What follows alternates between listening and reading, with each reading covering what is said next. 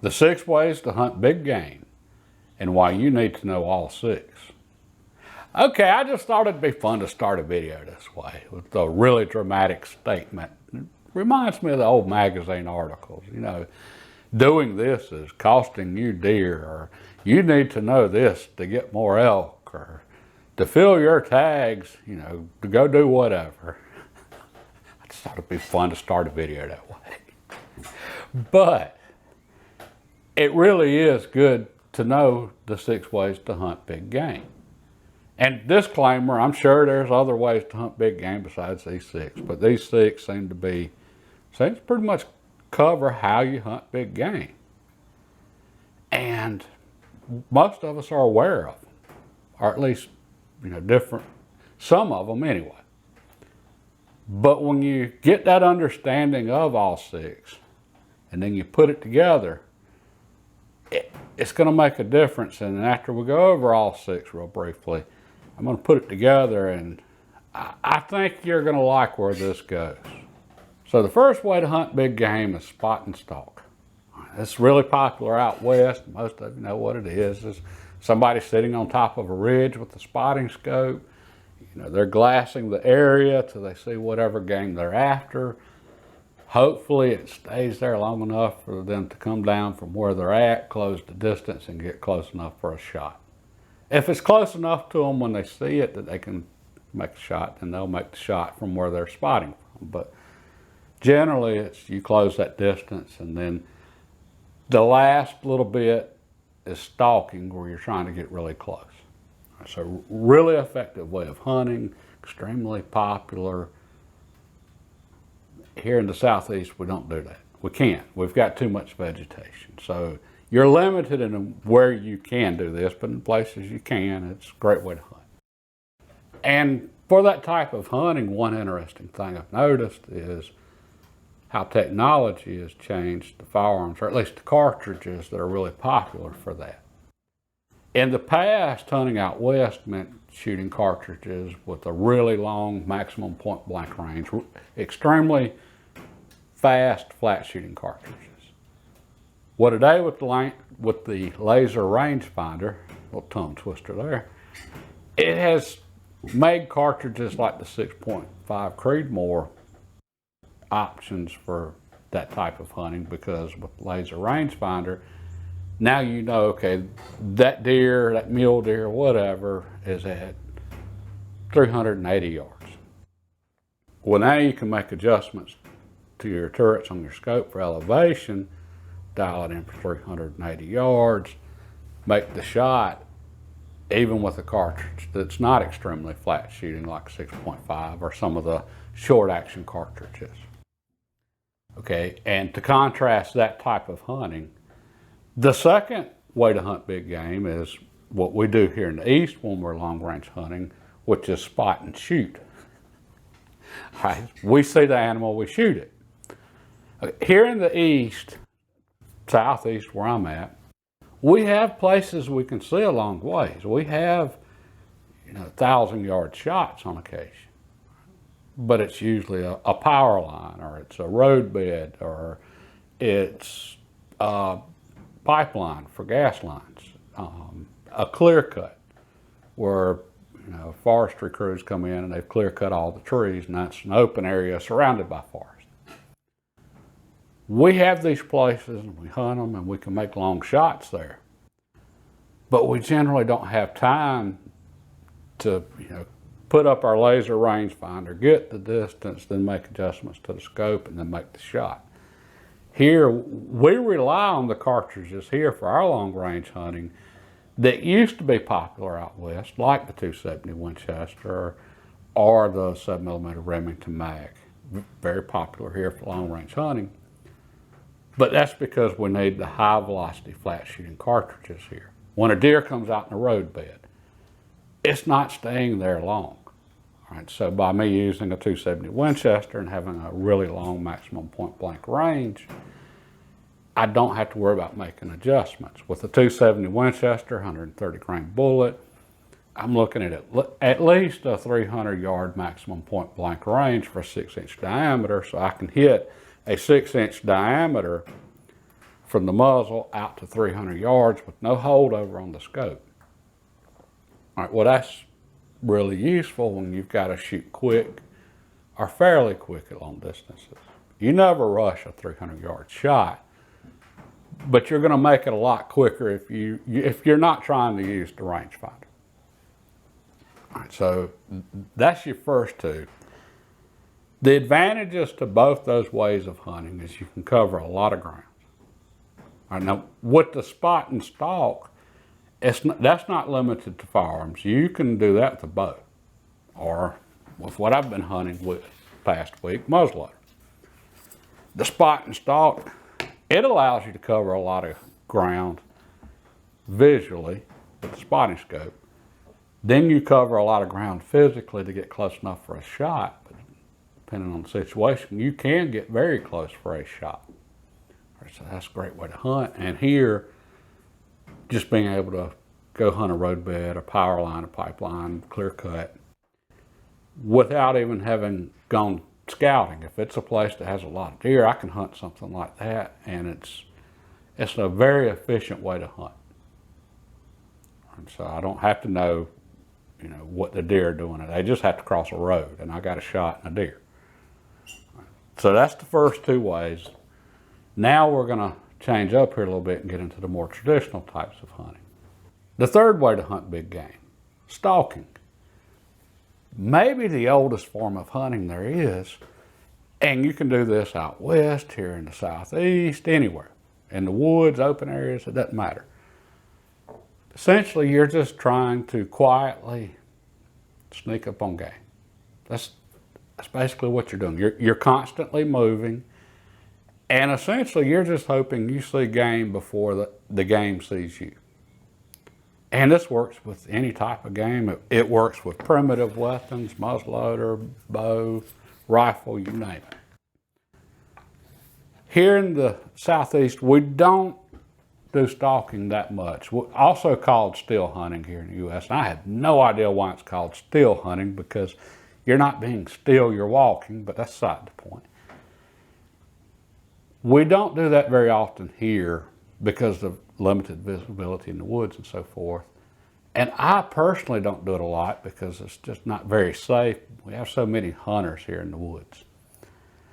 But in our very short muzzleloader season that we have before rifle season, I love stalking. I love when I go scouting to stalk instead of just walking through the woods scouting. I'm actually still hunting through the woods while I'm scouting. So that gives me a chance to take game with the muzzleloader, and it's a lot safer in the woods here on public land during muzzleloader season for that type of hunting. Not nearly as many people out, and it's just a great time for that. And it's a very effective method of hunting.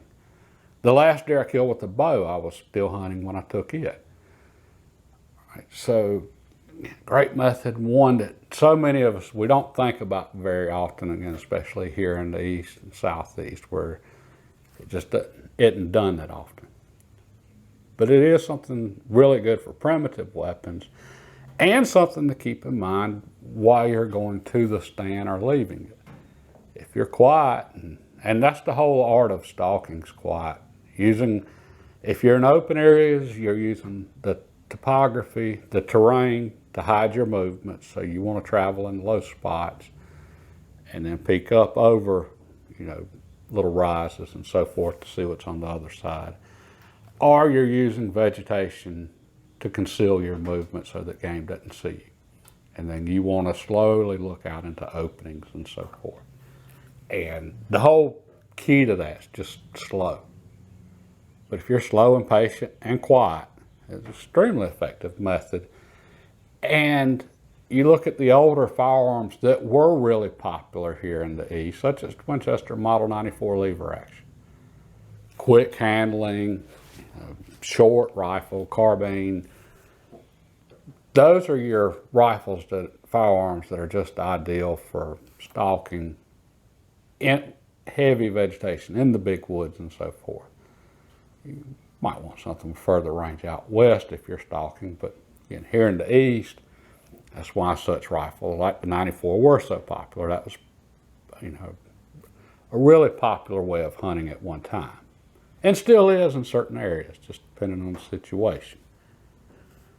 Okay, now from stalking, we go to ambush. This is probably the most popular way to hunt with primitive weapons, bow and arrow, muzzleloader, and a lot of us with firearms, rifles, shotgun. And shotgun's excellent for stalking too, by the way, here in the east, southeast, where heavy vegetation, short ranges. Okay, for ambush, we're picking a place. This is where your scouting comes in. You know there's a scrape over here, or you know there's oak trees dropping acorns, food source, whatever. And you're trying to figure out, you think you know where the deer is or is going to be based on whatever signs. So, you know, scrapes, rubs for deer, whatever. And all of this can be applied to any game, by the way. It isn't just deer. I just have deer on the mind. I'm deer hunting. Okay, you think you know where a deer is going to be based on whatever sign or elk or whatever, fresh trail, hot sign, whatever. Now you need to pick out a spot where you can ambush that animal when it comes to that location. And you can be on the ground, you can be in a blind, in a tree, whatever. Any firearm will work, any primitive weapon, whatever.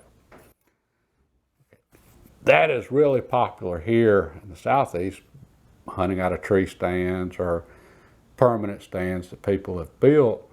Well, the permanent stands, not so much. We'll get into that in a moment. But the tree stands are really popular for this because once you find whatever you think, you know, is going to cause a deer to come to a particular spot, then you pick out a tree that you can hunt out of where you can get above the vegetation that gives you a great vantage point to ambush the animal.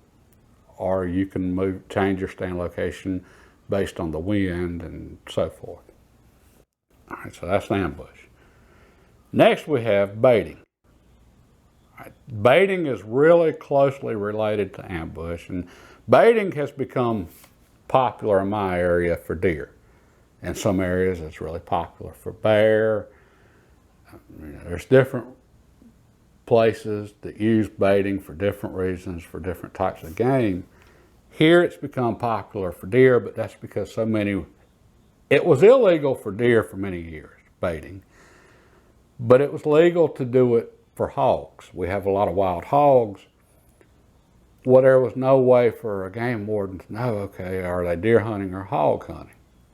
So eventually they just changed the laws and made it legal for deer also. And a lot of people are doing that. They'll put out feeders and, you know, that go off at set times, and the deer come out at 6 o'clock, and, you know, there'll be corn here. Or the hogs will come in, or turkey or whatever. It's illegal to hunt turkey here over bait, but for deer it is legal. And there is a lot of corn sold here to hunters that are using it for baiting to bring in deer. Personally, I'm not a fan of that myself, but each to their own, and it is an effective way to hunt. And the big difference, you're ambushing the animal. You've got bait there. You know where the animal's going to be or where it's going to come to. But the big difference between ambush hunting and baiting is in baiting, you control all the variables. So it isn't that you found a really nice scrape and rub at a particular location and had to figure out how to set up on that. It's you control the location the bait's gonna be, which makes it just that much easier for you to figure out how to set up on it. And depending on how you're hunting, you can set up close with primitive weapons, or you can back way off and use high power rifles. You have a lot of options. And again, it is effective. I can't, for the guys that use it here, and ladies for that matter, the people that use it here, it works. I understand why they do it. I personally don't care for that, but it's legal, so more power to them. Okay, and finally, we have drives. It's number 6, drives. And this can be with dogs or it can be with humans. Different places have different regulations. And this is mainly for deer as far as for big game. And here in my state, in certain hunt zones, dogs are legal during certain periods, and it's really popular. When people are doing the drives, they're usually using shotguns because it's in really thick areas, and that's generally why it's legal in places with a lot of swamps, extremely thick vegetation, places that would be difficult to hunt otherwise. Right, so, and they generally, those places tend to have really high populations of deer, therefore it's legal and extremely effective. And then I know there's other parts of the country where hunters will get together and organize drives where some hunters, pushers, will form a row and they'll go through the woods making noise, pushing the deer to hunters that are sitting on stands waiting. It's just popular in some areas, not in others, legal in some areas, not in others. But again, a very effective method. So that's the 6 ways to hunt big game, or at least the ones I'm aware of, the most common. And then there's variations of them, like for instance, hunting a large field or open area that would be spot and see, but there's a food plot. So maybe that's baiting. I don't know if it's a really good field, it's got natural browse there anyway. But that's your 6 types, essentially. Now, why do you need to know all 6 types? Last Saturday, I was hunting with the muzzleloader. I started out hunting a clear cut, so I could see a long ways. It was spot and shoot. And I was using the muzzleloader, and even though I have a limited range with this muzzleloader, about 125 yards is the furthest I would shoot myself with this and the load I'm using. That's still a good little area in a field. So that gives me some opportunities there. But more importantly, it lets me see what's going on in the area because I could see further. So it was a good way to get in some scouting also. And it almost worked. The day before, the Friday evening, coming down out of a stand, when I put my stand together, it was dark, but I had a deer blowing at me and took off running. If that deer had come out 10 minutes earlier, I'd have got a deer. It was really close to me. Anyway. That Saturday, I started out in the clear cut. Then I decided, okay, I need to scout the area. It's a new area for me, and I really wanted to check it out. So I started stalking. And I moved through the area, and I covered a lot of ground that day. Several square miles. I saw a lot of territory. I saw a lot of really good-looking signs. I was looking for a place to hunt, though, scouting. Well, it occurred to me as I was stalking, a lot of the places I saw, I didn't feel like I could set up and make a kill on a deer. There was just, the wind was wrong, or it was swirling, or, the place I needed to be able to see, I couldn't because brush in the way, whatever. I was looking for a place that set up really well for me to be able to take a deer. And eventually I found exactly what I was looking for. I found a ridge that set up as a natural funnel. And when I saw the ridge, I had a feeling of deja vu all day. I was looking, even though it was a brand new area, I'd never seen these locations. I had seen so many locations that were almost identical that I just had, that feeling of deja vu there. There was an access road that ran on top of a ridge. Then you had secondary points that came off the main ridge. You had ditches or oak hollows that came up between the secondary points, and hardwoods, and dropping acorns, all that good stuff. The last spot I found, it was on one of those secondary points that was coming off the main ridge. It dropped off really steeply into a creek bottom on one side. The deer weren't going to come up and down that slope. So basically, it set up a natural funnel, and it was a shallow grade on that point going down into another creek bottom.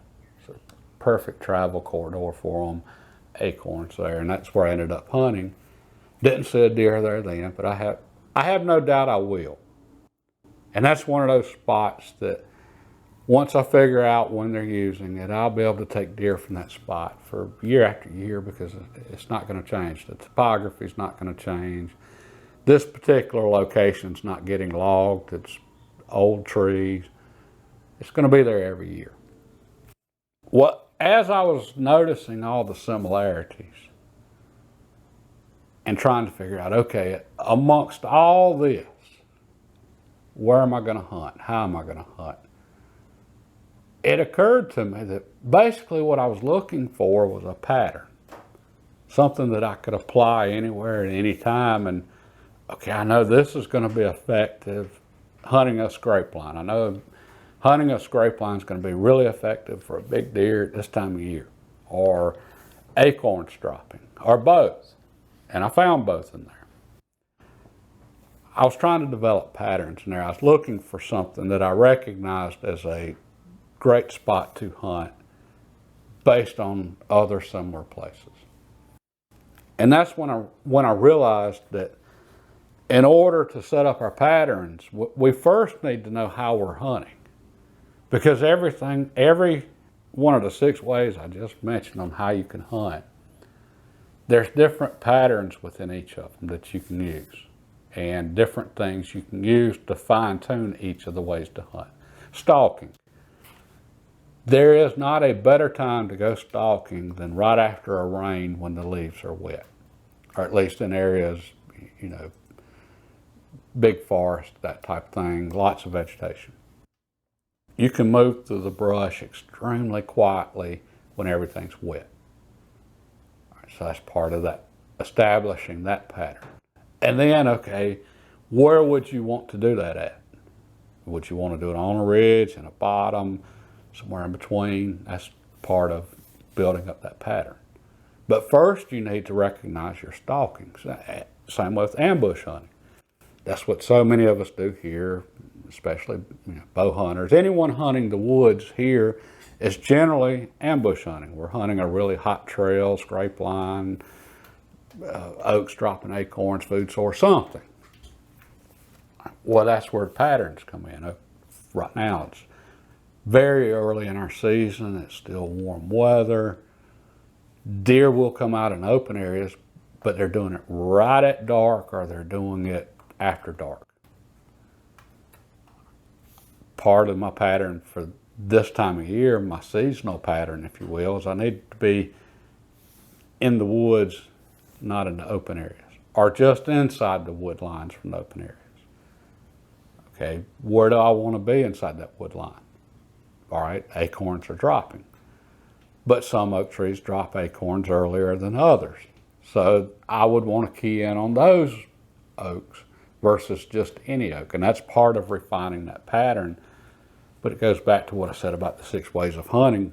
First, you need to identify which of the 6 you're even doing. And then once you identify which of the 6 you're doing, okay, how do I refine that one? And last weekend, I used 3 of the 6. That gave me options.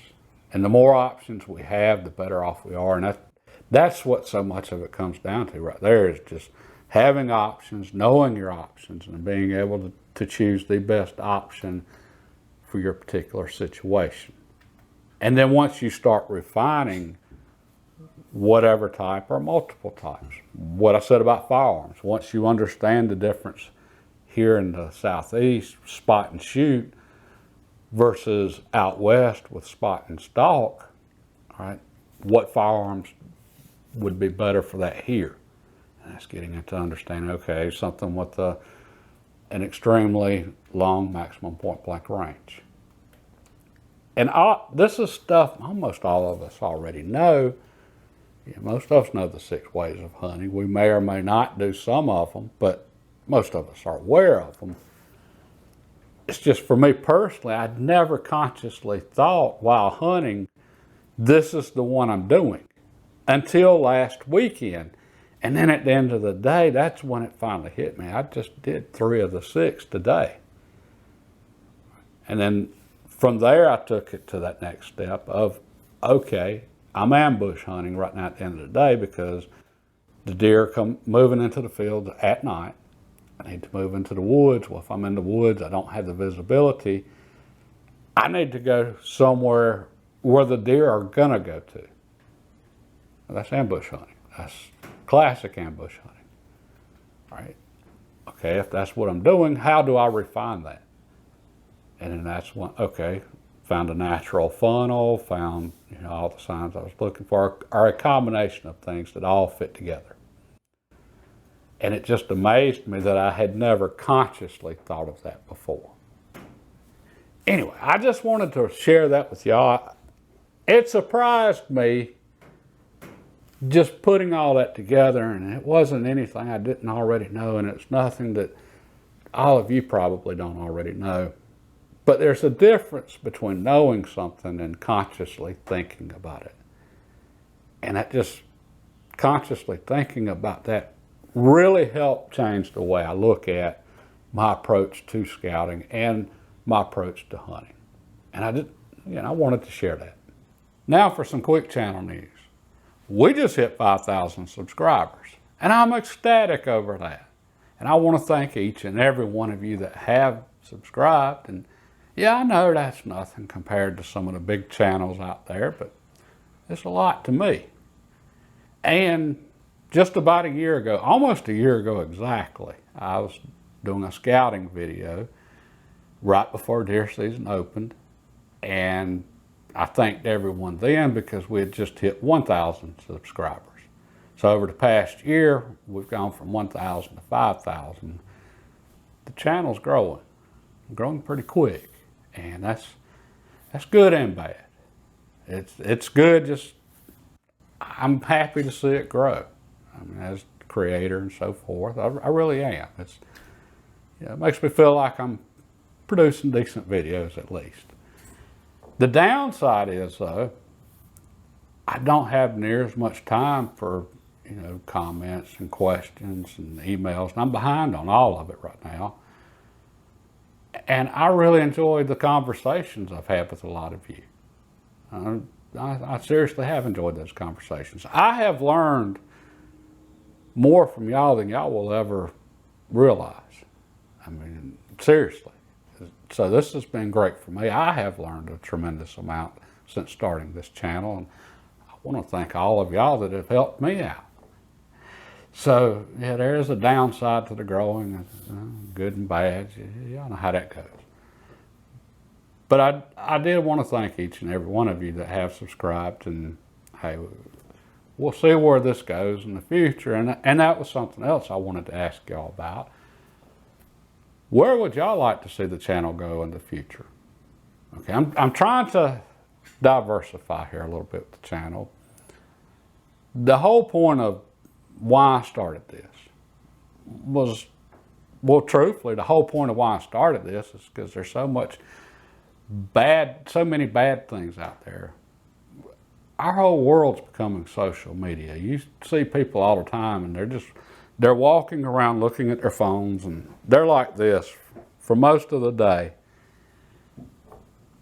A lot of what they're consuming isn't necessarily beneficial for them, as far as from media. My thinking was, well, those of us that realize that, we need to be stepping up and producing some content that hopefully it is helpful for someone. All right, so that's been my goal all along, is to produce content that actually helps somebody out. And for me, I promote a lot of hunting here and firearms.